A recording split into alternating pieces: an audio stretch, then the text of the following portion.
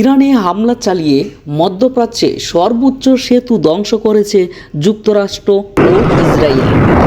এরপর মার্কিন মিত্র দেশগুলোতে পাল্টা প্রতিরোধে নেমেছে তেহরান।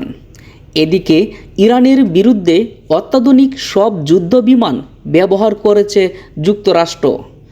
তার মধ্যে বেশ কয়েকটি ভূপাতিত করেছে ইরান। যুদ্ধে পঞ্চম সপ্তাহে আরও একটি মার্কিন ফাইটার জেট ভূপাতিতের দাবি করেছে আইআরজিসি। এই যুদ্ধবিমানটিকে গুলি করে ভূপাতিত করা হয় বলে জানিয়েছে আইআরজিসি। যুক্তরাষ্ট্র ইরানকে যতই খাটো করে দেখা হচ্ছে, ইরান তার পাল্টা আক্রমণ করছে। এদিকে ডোনাল্ড ট্রাম্প দাবি করেছে ইরান এত সহজে হার মানবে না। তাদের এখনও হাজার হাজার ড্রোন মজুদ রেখেছে।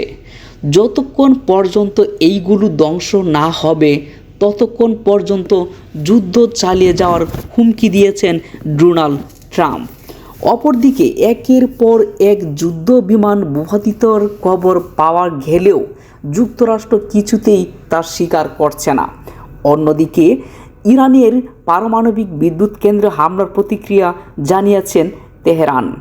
অন্যদিকে ডোনাল্ড ট্রাম্পকে হুঁশিয়ারি দিয়ে ইরান ইসরায়েলের ওপর আক্রমণ অব্যাহত রেখেছেন। পাল্টা আক্রমণ হিসেবে তেহরানও দেখিয়ে দিয়েছেন ইরান কি পারে। অন্যদিকে আমেরিকার মিত্রদের বেশ কয়েকটি ঘাঁটিতে হামলার দৃশ্য। অপরদিকে ইরানের লিথিয়ামগুলো নিয়ে যাওয়ার জন্য আপ্রাণ প্রচেষ্টা চালিয়ে যাচ্ছে যুক্তরাষ্ট্র, কিন্তু কিছুতেই এই পদার্থ নিতে পারবে না বলে কঠিন হুঁশিয়ারি দিয়েছেন তেহরান।